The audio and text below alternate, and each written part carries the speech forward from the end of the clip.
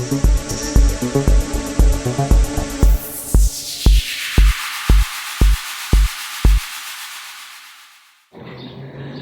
good morning everyone, great to see you. Let's pray. Well, Lord, the world is in a crazy state and you're the only one who knows the way forward. We just put our lives into your hands and thank you that you are guiding us. Right, Worldwide Rally for Freedom Mackay is now on TikTok, YouTube and Rumble and Facebook. October the 19th we are having here at Bluewater Quay, that's a Sunday, for 11:45 for a 12 noon march on stopping mass immigration. It is solely about stopping mass immigration, which is causing so many horrendous issues across this great country. Please come. You all need to be here. Whole 125,000 of the people in Mackay, you all need to be here. You know what? We're sending a message. Every person is a piece of a jigsaw puzzle. If we had so many here that we were down to Canelands and down past the police station, that's sending a mighty big message. So even if you're someone in a crowd that can't even hear what's going on, you are sending a message. So get here, bring chairs because we will march. Then we will have a couple of speakers. We're not having long speakers, but bring your chairs. We will have people staying at Bluewater Quay when we march, and they will be supervising whatever you need to leave behind. So we are doing reels. I'm just asking people, please, if you could share them, that would be wonderful. Now, CitizenGo, which we do get a lot of information from, that's George Christensen, Nation First. If you go to their Facebook, their website, citizengo.org, that very first page that comes up, if you scroll down, you will find all of their petitions, and they are absolutely amazing. So the first one, we're going to look at three of them today. One is about abandoning Netflix. Netflix is attacking our children. It's one of the most insidious assaults on our children that we have seen. I'm not going to say much about this. You can have a look at the petition and read up for yourself. But if you're looking down through the petitions on the website, this is the picture you'll see. They are targeting toddlers as young as 2 years old with propaganda. So please sign and share. Signing is wonderful. Signing and sharing is probably 100 times better, because some of those people will share too. People have no idea what is actually going on. So the next one is free speech. Okay, so the right, they call us the far right now, has nuance, libertarians, conservatives, nationalists. We all debate. If we disagree, you know, we won't all agree on everything. But we think, we talk, we work things out. And if we go away with a different opinion, well, big deal. We still love each other. We're still here. So, but the left puts all of that, all of us into, you've noticed how it's the left and the far right. It's not just the left and right anymore. So we're far righters, people, and I'm proud of it. And they're using that to silence people. They think it's their moral obligation to shut us down and tell us what to think, not how to think. To them, speech is violence. So don't think that it's not in Australia. It is in Australia. We've looked at Dr. Jareth Cock from Melbourne, who is no longer able to practice as a doctor, never had a medical report against him in his life, but because he put things on his own private friends-only Facebook page, such as Men Can't Be Women, and by the way, men can't be women, because he wrote that sort of thing on his Facebook page, he is now banned from being a doctor. It is unbelievable. Has not been able to practice since 2019. So, yes, it's already in Australia, and we see the likes of other people who are being taken to court for things they say that are actually true, but they're not allowed to say it because it's not what the government thinks. So what, speaking your mind has now become a punishable offence. It is absolutely insane. So Albanese has got this national response to Islamophobia. When I looked at that, I thought, oh, it's about Islam. But as I read into it, it really is not just about Islam. It's an excuse to shut us down on everything. The New South Wales state government has spent $1 million of taxpayer money to combat Islamophobia, including a program to dob in a mate who says anything about them. So it's not about discrimination. It demands sweeping powers that will muzzle every Australian who questions the official narrative or has a different opinion. So the link to the petition has that picture, and I think it's still on the first page of CitizenGo. Right, so I'm going to quote from CitizenGo. It seeks prison sentences increased for anyone convicted of Islamophobic speech crimes. Even private workplace chats could be monitored under new industrial regulations recommended by the envoy. The plan includes forcing social platforms to share user data with bureaucrats hunting hate speech. These ideas are not hypothetical. They're spelled out in black and white across the report's 64 pages. Albanese hasn't endorsed it yet, but the pressure is fierce. We must stand up. And once government machinery starts moving, pieces of this report could become reality before anyone blinks. And we've seen that with Dr. Koch and many others. It's already here anyway. This is why CitizenGo is launching an urgent campaign. We must stop Albanese from rubber stamping censorship, indoctrination and identity politics. Australians should never fear punishment for challenging ideas, policies or religious beliefs. Yet the report targets everyday Australians, not the violent extremists. We saw that when Charlie Kirk died.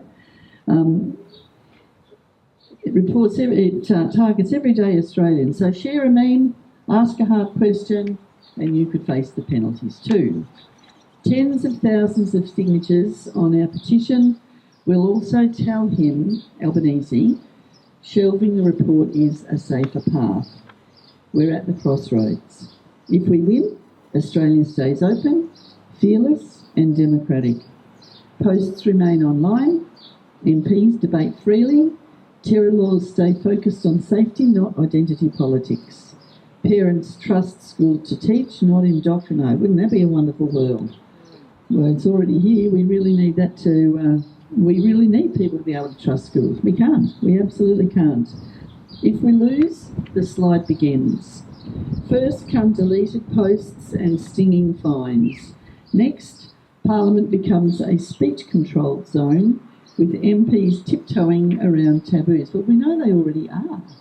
We know that when the best of the politicians ask questions in favour of the people, there's hardly any politician in the room. They don't even have to be there.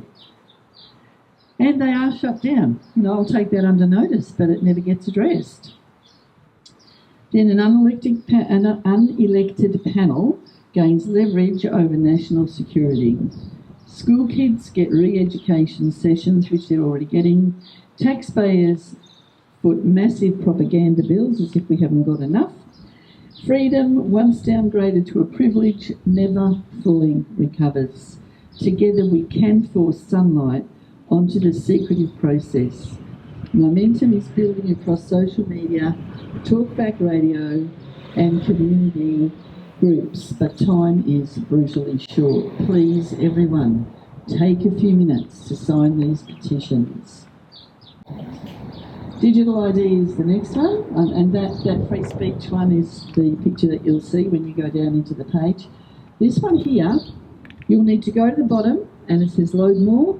Go to the bottom, and I think it might even be on the 4th page, so it is there, and that is the photo that you're looking for. I've had some people say to me, well, I don't care if I have a digital ID, I've got nothing to hide. Oh my gosh. I just think, and it's not rude, but you're ignorant. You're ignorant. And that doesn't mean you're stupid or you don't have a high IQ. It just means you are ignorant of what is happening in front of your face. It's got nothing about what you're, you do things that you don't want to hide. Well, guess what? You'll be surprised what you will want to hide. So what will happen? There will be one online system run and controlled by big government and big corporations that will determine whether or not your bank card works, you get a Medicare rebate, or your pension comes through. There'll be one profile for everything. Work tax, banking, healthcare, all linked to the same ID. Opt-out becomes impossible, and your daily life will depend on passing a digital checkpoint. Central ID can be used to monitor, track and control, and will lead, I believe, to future misuse by design or planned. Not hard to work that one out, is it? We know already in the UK, if you do not have a digital ID, you cannot go to work. That's it.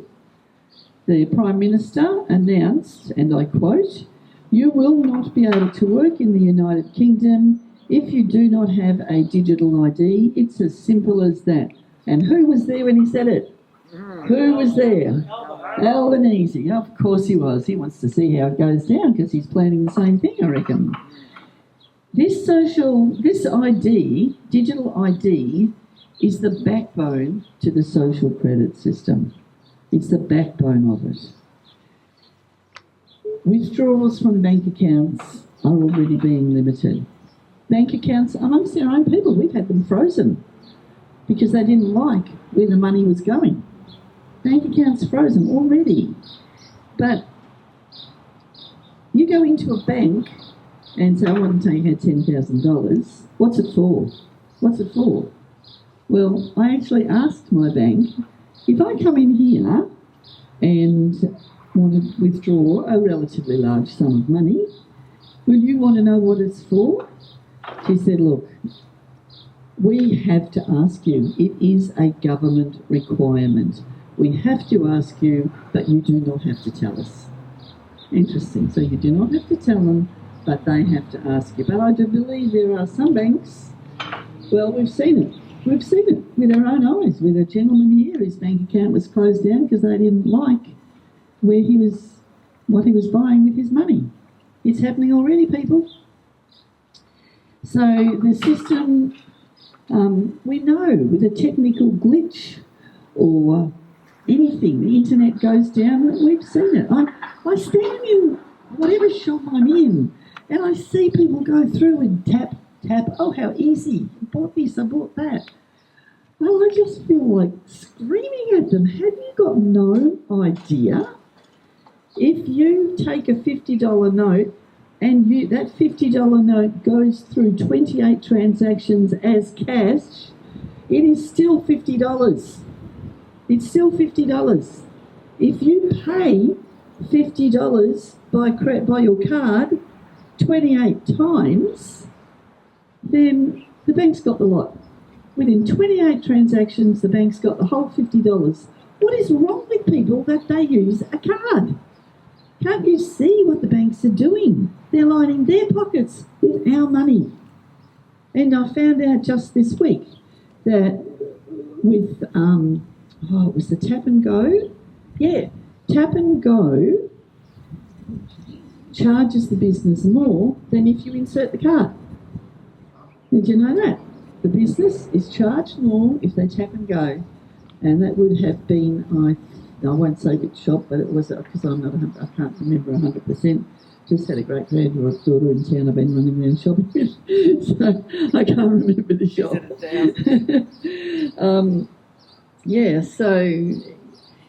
So the system could be rendered inoperable, or we could be flagged as a security risk simply because we expressed an opinion or we spent money on something that they didn't want us to spend money on.